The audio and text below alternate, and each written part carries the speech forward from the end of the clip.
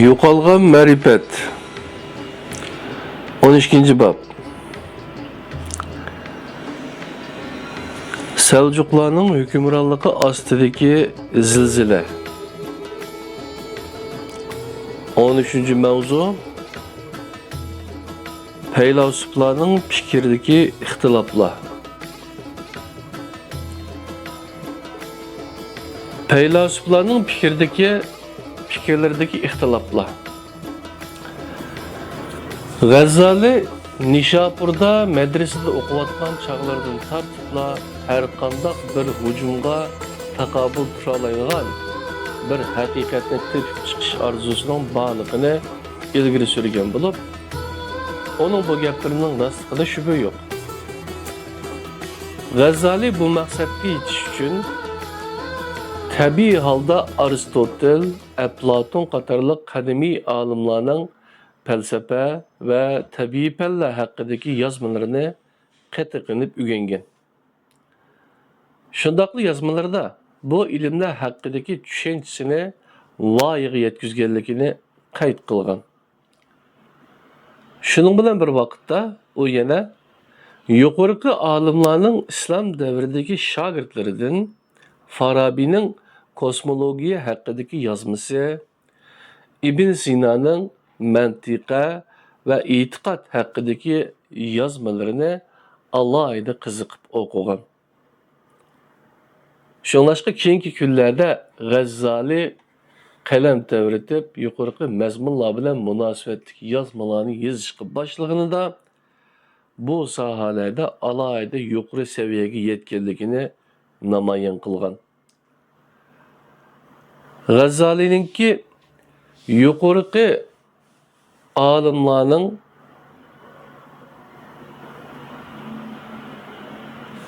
hech qaysisining yo'lini tanlab ularning ta'limotiga varis qilmasligi uning fikr erkinligi uchun foydali bo'lgan.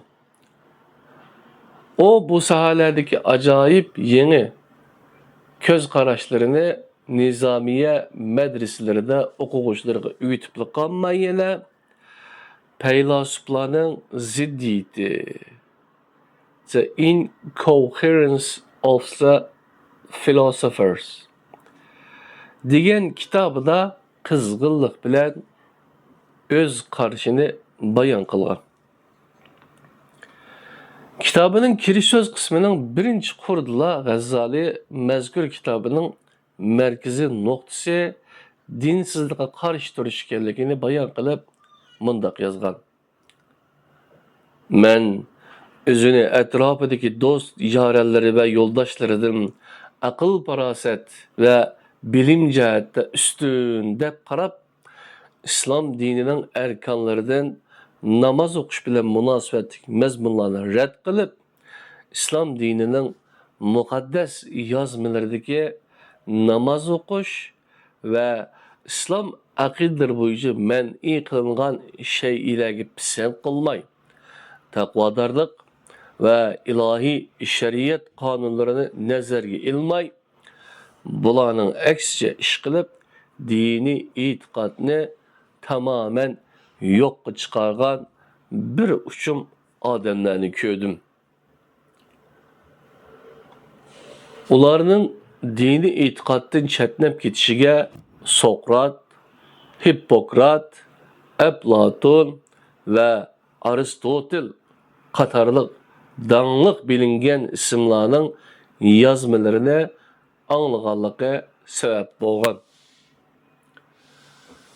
Muşularning yazmalarının ta'siri tüpeyli, ular ilahi vahiy bilan apirde bo'lgan şeriyet ve dini e'tiqodlarni rad qilib, dini e'tiqodning mazmunlaridagi tafsilotlar ve o'xshash bo'lmagan mazhablarning ilahiyet hakkındaki düşüncelerini anlaşını red kılıp, din ve şeriyetini kişiler özleri icat kılıp çıkan sahtı bizekler dep qaraydı. Ama G'azzali özünün matematika ve tabiiy fanga qarshi emasligini ilgari surgan bo'lib, keyincha yozgan tercüme aladım o.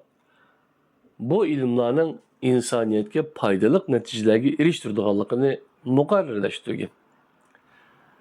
Ammo u matematika bilan Aristotelning logikasining ilohiyat bilan munosabatning yo'qligini ilgari surib, bu palla faqat o'z temalari haqida tushuncha berish bilan cheklanadi degan.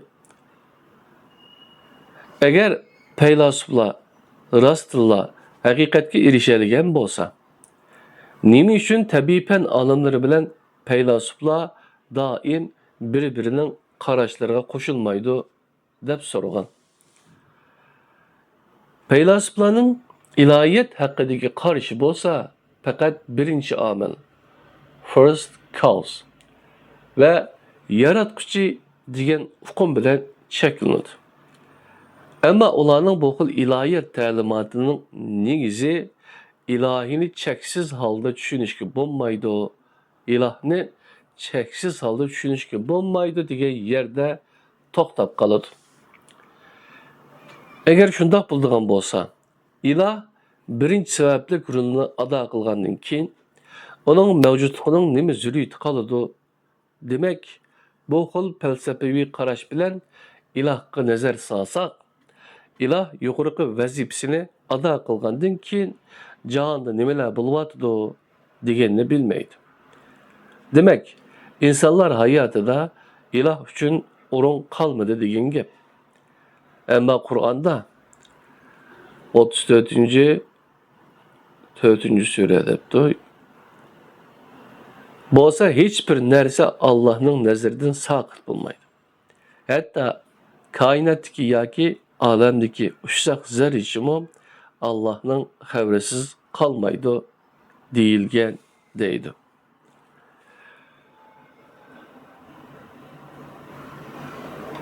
Texmi yamayiri shuki, yuqorki faylasuflarning ba'zilari olam abadil va mutlaqdir. Uning ya boshlanishi ya oxiri bo'lmaydi degan qarashni ilgari surganlik uchun olamning yaralishida ilohning aralashishining zurriyati qolmagan.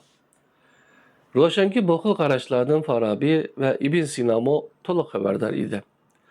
Shunlashqa G'azzali ularni tanqid qilganda, ularning yaralish haqidagi tushuniksiz ta'limotidagi mavjudot ilohning irodasidan sirg'ib chiqqan degan qarashga markazlashgan.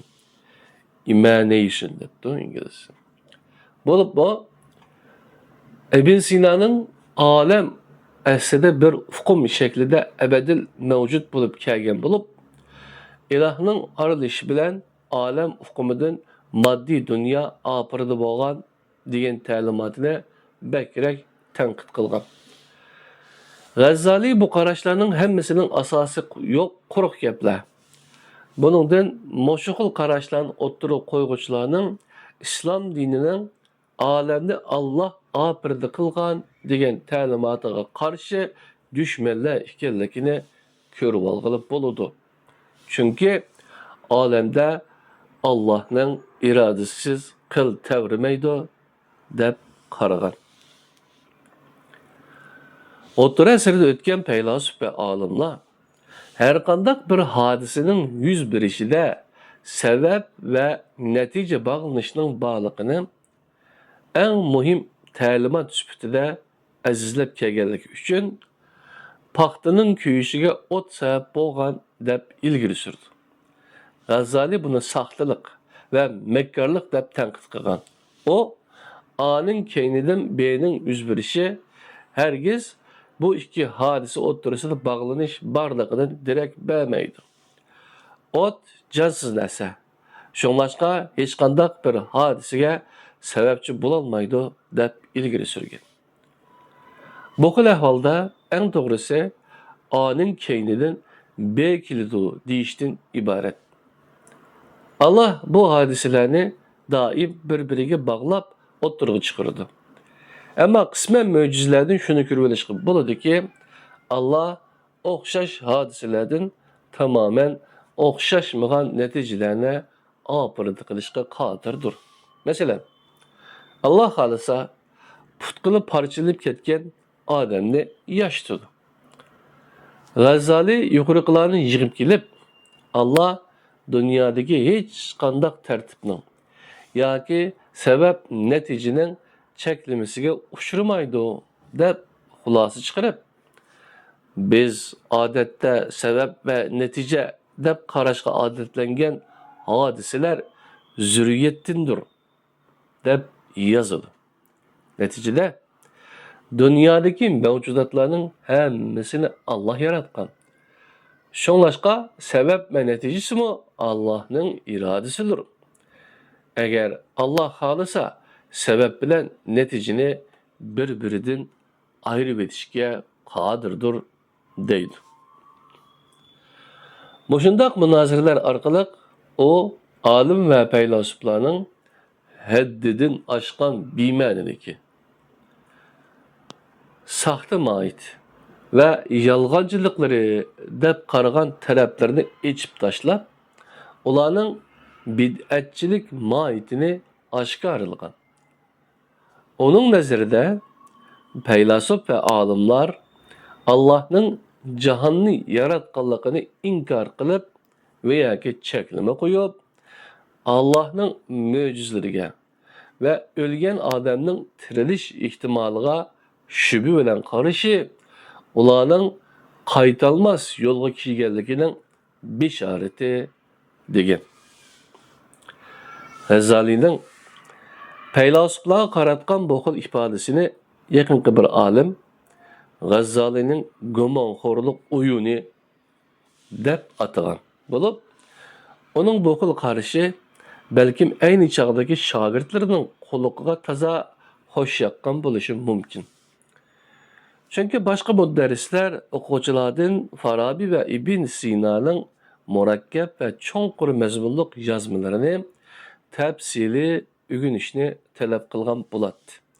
Ammo G'azzali bo'lsa, bu olimlarni va ularning yozmalarini tanqid qilib, bir yoqqa qayirib qo'yib, o'quvchilarning ishini osonlashtirgan. Demak, G'azzalining darslarida toki shu kamgacha falsafa va tabiiy fan ilmlari o'rnak topgan aqliy tuproq cho'llishib, quruqlib qolgan. Chunki o dünya ruhiy va jismoniy deb ikkiga bo'linadi. Yoki hissi bilish, yoki aqli bilish dunyosi va yoki yuqori olam va töven olamdan tarkib topgan bo'ladi. Yig'ib aytganda hammasi birdan narsadir. Faqat atoqda farq qilinadi deb yozildi. Oxirida o hamma mavjudot ruhaniyatdir. Yani ruhi dünyadır.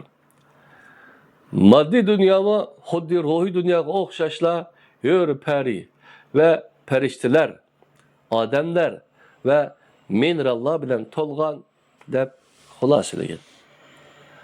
Ammo G'azzali bir bekinme ilahiyatşunas emas idi. O Nishapurning tanqidchilik eqimi kuchli bir muhitda tarbiyalanib, o'sib yetilgani uchun onun yazmaları daim ma'lum shaxs yoki ma'lum guruhiga qarata yozilgan.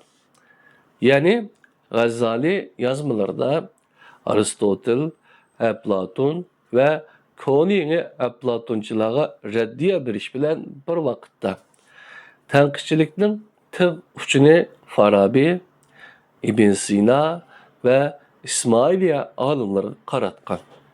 Chunki ularning konu feylasuflarning yo'lida mangan, G'azzali ular haqida to'xtalganda o'zi qozi, o'zi hokim bo'lib, ularga baho berib, ularga rahimsizlarcha hujum qilgan. O feylasuflarning yo'lida manganlarni bid'atchi bo'lib qolmay, balki murtadlar, ya'ni dindan chiqib ketguchilar deb ayblagan. Qur'onda dindan ayrılganlar ölümge mahkum qilinish kerak deb aniq belgilangan. Müşeri hata Qur'onda da deb yo'q. Agar dindan chiqqanlar tövbe qilish uchun G'azzali tishlarini g'uchurlatib turib, tövbe qiluvchilarni apoqunması kerak deb mundaq yazgan. Dindin chiqqanlarning tövbe qilishi qalbidagi e'tiqoddan voz kechganlik demakdir. Ammo dindan chiqib ketishni qalbga pukkan yoshurin dinsiz, gerçi ağzıda şahadet İslam'a kirish qasmini takrorlagan bilan qalbining cho'nqur yeridagi e'tiqoddan voz kechmaydi. Shunlashqa ularni o'limga mahkum qilishimiz kerak. Chunki hammamizga ma'lumki, ular ko'nglining cho'nqur yeridagi dinsizlikdan hargiz voz kechmaydi. Şüphesizki, onun bu yazmaları aynı zamandaki meşhur danışmen ve mutafekkürlerge qaratilgan. G'azali demekçi, takvadar Müslümanlar bu alimlarning saxta tövbelerge aldınıp kalması kerak. O vahime bilen tolgan bir abzasda felsefe bilen şug'ullangan alimlarni Aristotelning logikasi bilen tefekkür yürgizgen feylasuflarning ve bu feylasuflarning yolunu tutkan İsmailiya mezhebinin mutafekkürlerini tenkit qilib, bular şeriatning neticelerini yok çıkargıcılardır. Bunda qilish orqali ular Qur'onning nuridan yo'l tepishga to'sqinlik qiladi. Shundaqla kishilarning payg'ambarning sunnatini asos qilib turib, o'zlarining axloqiy o'lchimini turg'izishga to'salg'i bo'ladi, deb yozgan. Shundaq bir fikrini o'ttirib qo'yish orqali G'azali bu yerda faqat aqliy munozara elib berish bilan cheklanib qolmagan. Chunki islom dunyosida hurmatga sazovar bir molla birasini islom dinidan tangan yoki bid'atchilik qilgan deb aybladi demak, uni o'limga hukm qildi demakdir. Shunga G'azalining bu gaplarimi amalda boshqalarni o'limga hukm qilganlik edi. Bu yerda necha 10 yil aqliy izlanish bilan shug'ullangan G'azali o'ziga o'xshash ilm, ma'rifat yo'lida izlangan boshqa olim va mutafakkirlarni bundaq haqorat qilishiga nima haqqi bor deb so'rashning o'zimi behojat ish. Chunki G'azalining o'zining ilohiy haqiqatga erishganligiga bo'lgan ishonch komil bo'lganligi uchun o'zicha bu haqiqatga erisholmagan deb qaragan boshqa olimlarni tanqid qilib tushirishni to'g'ri ko'rgan.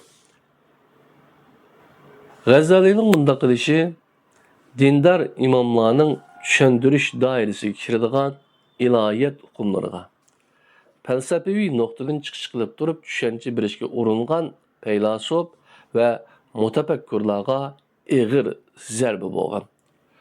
Ondaqda G'azali saxta payg'ambarlar deb atagan faylasuf va donishmandlarning qarashlarini yo'qqa chiqargandan keyin ularning qarashlariga javob bera oladigan boshqacha hal qilish choralarini o'ttirib qo'ya olganmi? Ma'lumki, toki ruhiy krizisga uchrab, tarki dunyo bo'lganga qadar G'azali Shafiy mazhabining shariat tushunchisini sadoqatmanlik bilan qo'llab, quvvatlagandan boshqa yangi yo'l ko'rsatilmagan. Gerçi G'azalining ustozlarining biri Sufi tariqatchisi bo'lsa-mu, ammo toki 1095-yili ruhiy krizisga giribdor bo'lganga qadar G'azali Sufizmga qilcha hissdoshlik qilmagan. Ammo ruhiy krizisga duchor bo'lgandan boshlab G'azali butun vujudi bilan Sufizmni targ'ib qilib, Sufizmning qisman ta'limotlarini sunniy islom aqidalarining qatoriga kirgizishga tirishgan. O'zining umr kashmishlari bilan to'lgan tarjimalining ismini ozg'unlikdan qutulish deb qo'yishning o'zimi uning yangi chiqish yo'lini bayqab, mushu yangi haqiqatni tarqitish uchun tirishchanlik ko'rsatayotganligining shohididir. G'azali diniy ilmlarning İhyası. The Revival of Religious Learning. Yani Türkçe'de İhya'nın Ulumuddin deydi. Dini ilimlerin ihyası degan vekillik eserini del muşu devirde ro'yobga chiqargan. Arabchasi İhya'ul Ulumuddin. Onun mazkur əsərinin hazırkı zaman basma nusxası 4 tomdan tərkib topgan bo'lib, mazkur kitapta avtorning hayat tecrübesini toplagan objektiv qarashlari o'ttirg'a qo'yilgan. G'azzalining mazkur kitobi aynı zamanda o'ttirg'a chiqqan Sünni mezhebining dini aqidalari mujassamlangan eng nupuzli asar bo'lib, onun bu kitabı bugünkü kundimi o'xshashla alqishlanib kelmoqda. G'azzalining bu kitabidagi fikr qilish usuli va maydonida alayida cho'ng burilish bo'lgan bo'lib, burunqidek boshqalarga dushmanlik bilan qarashning o'rniga keng qursaqlik va o'zaro tushunishni tashabbus qiladigan mazmunlar singan. Dini ve ilahiyat hakkındaki mezmunlardan başka G'azzali bu kitabida günlük turmuş hakkında nurgun nasihatlar yazgan bulup, mazkur kitapның mezmunidagi keng qursaqlik ve azade fikirlik kishini hayran kaldırdı. Mesela, o kişilik hayatta xushal-xuram yaşaş üçün bezminava ve naqsh usulunu tavsiye qilib, bu xil qarashlarını Qur'onning suralari bilan dalillab, e'tiqod bilan harakatning birdakligini, e'tiqod va harakatning oltin vositasi, golden mean in belief and conduct deb atagan. E'tiqod va harakatning oltin vositasi deb atagan. O hatta tabiben, logika ve tibabetçilik ilmini qaytadan maktablarda o'rgatishni tashabbus qilib, bu pallarga singib kirgan qisman faylasuflarning bidatchilik va oshqun qarashlarini chiqarib sila o'rganishga bo'ladiganligini ilgari surgan. Oxirida o saodatning kimyosi, Alchemy of Happiness degan asarida yaratquchi bilan bandisi o'ttirisidagi ishqdan iborat bu muhim temini qaytadan gavdalantirgan. Yani kimyai saodat, yani saodatning, yani xushalliqning ximiyasi degan kitobida anlaq. Mazkur kitobida G'azzali kitapxonlardan faylasuflarning tügəməz izlenişləri və alimlarning tegi yo'q qiziqishlaridan o'zini tortib, so'pi mistiklarning arambaxish va tariki dunyo hayotini tanlashni talab qilgan. O o'zining tarjimalida bu haqda to'xtalgan. Men bu dunyoning quruq havaslaridan o'zimni tortib, Allah'tan korkuduğun bir hayat yolunu tanlamasam, ahiretlikimde Allah'ın himmetinden bəxriman bulanmaydıqallıqımni toluq tonub yettim. Bana şunusu iniq ki, bu maqsadga yetishning açqıcı köngülning bu dünyanın parağatlariga bo'lgan havaslarining yiltizini üzüb etib, saxtalik qasridan ayrilib, ebedilikka qaytib, bütkül vücudum bilen büyük Allah'a yıkılış ekanligini to'nib yettim. Bu nazik cümleler bo'lsa, kishkidan tortib jahondagi barliq ilmlarni o'rganishga havas qilib, hayotining 40 yilini insoniyat ilmlarining barliq tarmoqlari ustida izlanish olib borishga bag'ishlagan aşu saxta qasrlarni kezib chiqqan, Vaqtın üçü bilen bəxt təli soldun kelip, barlıq ictimai qorğanları öğrülüp düşüp, kolga keltürgen neticeleri yokka çıkkanda, sopizmning yo'lini tanlagan bir odamning eg'izidan chiqqan. Boshqacha qilib aytganda, bu jumlalar orqali G'azzali kishilarni ilohiy haqiqatga yetish uchun sopizmning yo'lini tanlashga chaqirgan bo'lib, o boshqalarni hayot yo'lini o'zining hayotining oxirlashgan nuqtasidan boshlashga tavsiya qilgan. G'azalining bu yeni hayatı emniyette onun konu hayatı veyran bo'lgandan kim başlangan. Kesbi yoki kishilik hayotida krizisga uchrab, yer bilan yakson bo'lib, qaytadan bosh ko'tarib chiqqan her qandoq bir kishiga o'xshash G'azzalimi o'zi uchragan krizislardan texmi kuchlik ve mustahkam bo'lib asliga kelganligini namoyon qilishga tirishib, o'zining yeniden erishgan bu hayotining o'ziga emas, yer yuzidagi her qandoq bir insonga mos keladiganligini ilgari surgan. G'azzalining o'zi erishgan bu haqiqatga bo'lgan ishonchi bakli kuchli bo'lganligi uchun o hayatının qolgan qismini mushu haqiqatning rostligini isbotlashga beg'ishlagan. G'azzali gerçi to'xtamay asoyishlik hayot haqida so'zlasimi, ammo o'zida bu xil asoyish hayot kechirish iqtidori bo'lmagan. G'azzalining bu ta'limotlarının musulmon ümmeti bulupmu dindar mollalarning arasida bekirek karşı elinişide tüvendeki 3 sebep var. Birinciden, o Müslümanlar ve mollalarga dindar ulamalarning qarashlarga gumon bilan qarab kelgan, kishini bizar qiladigan faylasuflarga taqobil turadigan kuchlik qurol bilan ta'minlab bergan.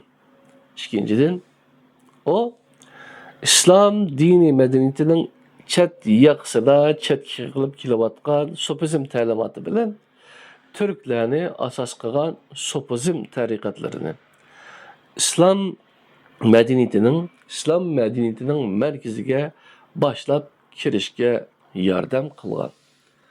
Üçüncü, o Sünni mezhebining dini aqidasini mustahkamlab, kishilik hayotdagi nurg'un qarorlarda mantiqiy izlanishdan shariatchilik qarab minishga turtki bo'lgan. Shunda qilish orqali G'azzali ayni chog'da islom dunyosini mashg'ul qilib kelayotgan yuqorqi 3 nuqtaga javob bergan bo'lib, yuqorqi 3 nuqtaga bergan javoblarining hammasida mantiqchilik, ilim ma'rifat ve logikinin qarshi tarafida turgan. G'azzalining ta'limoti musulmonlar arasida emas, hatta nurg'unlagan Hristiyan ve Yahudilarning olqishiga erishgan. Chirkov doktori, doktor Angelus deb tanilgan Thomas Aquinas 1225 yıldan 1274 yılgacha yaşagan. Thomas Aquinas Naples Üniversitede ilim tahsil qilayotgan chog'larida G'azzalining yozmalari bilan tanishgan. Thomasning qadimiy faylasuflarga bo'lgan qarashi G'azzalining ki bilan tamamen o'xshashmaydi. Ya'ni G'azzali faylasuflarning hammasini rad qilgan. Ammo Thomas ularni qo'llagan. Bu ikkisining yuqorqi masalaga bo'lgan qarashida mushundaq ro'shan o'xshashmaslik bo'lsa-mu, G'azzalining ilahi vahiyni mantiqidan ustun qo'yib, iloh bilan mistik yo'llar bilan bevosita ruhoniy muhabbat o'rnatishni tashabbus qilishi Thomas Aquinas qo'llab kelayotgan xristian dinining ta'limotlari bilan tamoman o'xshashib ketadi. Thomas Aquinas iqtisodga munosabatli bo'lgan yuqori o'simli qarz berish, ya'ni sudxorlik, aldamchilik, mal bahası belgelash va shaxsiy mal mulk qatorliq masalalarga tushuncha bergandimi, G'azzalining ta'limotlaridan foydalangan. Keyingi Yevropalik olimlardan nurg'unlari G'azzalining yozmalaridan foydalangan. Masalan, Fransiyalik matematik ve katolik mutafakkiri Blaise Pascal. Blaise Pascal 1623 yıldan 1662 yılgacha yaşagan. Blaise Pascal G'azzalining hissiy bilish va mantiqiy fikr qilish haqidagi qarashini yoqtirgan. Shotlandiyalik iqtisodshunos David Hume 1711 yıldan 1778 yılgacha yaşagan. David Hume G'azzalining sabab bilan natija orasidagi bog'lanishni rad qilishi o'zining bu masalaga bo'lgan qarashi bilan o'xshash deb ilgari surgan. G'azzalining nurg'un yozmalari İbray, yani Yahudi tiliga tarjima qilinganligi uchun nurg'un Yahudilar onun yazmalarını o'qigan. Misrda tug'ilgan danglik Yahudi mutafakkiri Maimonides 1135 yılı tug'ilib 1204 yılı vafot bo'lgan. G'azzalining asarlarining ta'siriga uchragan danglik Yahudi olimlardan biridir. Ama Thomas Aquinas'ga o'xshash G'azzalining arabcha asli yozmalarini o'qigan bo'lib, Thomas'ga o'xshash G'azzalining Aristotel, Platon ve başka faylasuf olimlarga qilgan haqoratlarini qabul qilmagan bo'lsa-mu, ammo G'azzalining ilohning birligi, ilohning risolalarining rostligi, qaytadan opirdi bo'lish to'g'risidagi qarashi ve dini e'tiqod hayotning markaziy nuqtasi degan qarashlarga qo'shilgan. G'azzalining ta'limotlari ve qarashlarini tal-tukis rad qiladigan asar keyincha islom dunyosida o'ttirib chiqqan bo'lib, bu tanqidiy yozma G'azzalining faylasuflarning fikridagi ixtiloflar, The Incoherence of the Philosophers, faylasuflarning fikridagi ixtiloflar degan kitobini markaz qilib turib yozilgan.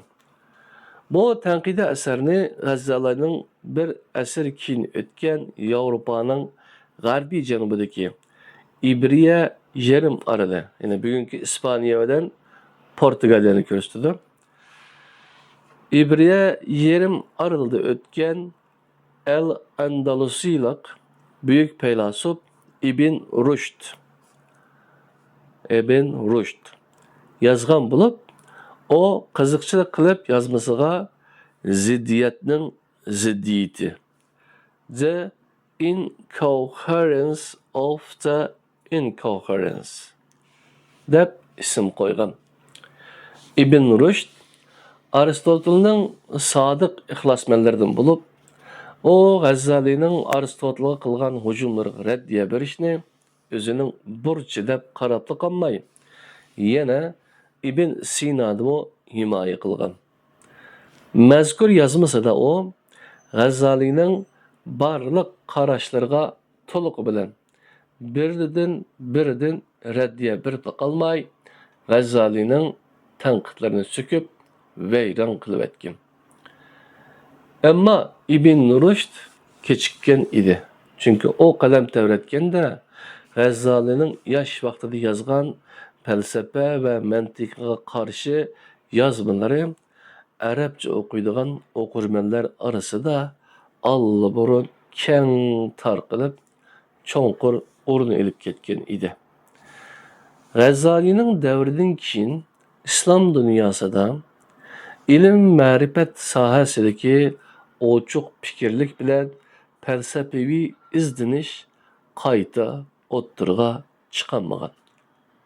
Chunki bunda qilishga uringan donishmand va mutafakkirlar bid'atchilik yoki dinsizlik bilan ayblanish xavfida qolgan. Shundaqdimi? Bir qism musulmon olimlar tavakkulchilik qilib, aqliy izdinish elib berib, dunyo madaniyatining taraqqiyotiga o'chmas tuhfalarni qo'shgan. Shundaqdimi? Bo'lg'uliq bo'lib bo'lgan edi.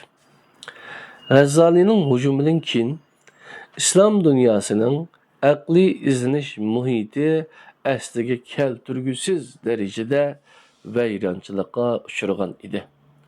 Shunlashqa zamonimizning nuqtasidan chiqish qilib aytganda, G'azzalining keyincha din va axloq haqidagi cho'nqur tushanchalari onun burunqi o'rinsiz tanqidlari tufayli cheklamaga uchragan. Ba'zilar burunqi qarashlarini rad qilgan deb qaraydi. degan xulosaga kelmay bo'lmaydi.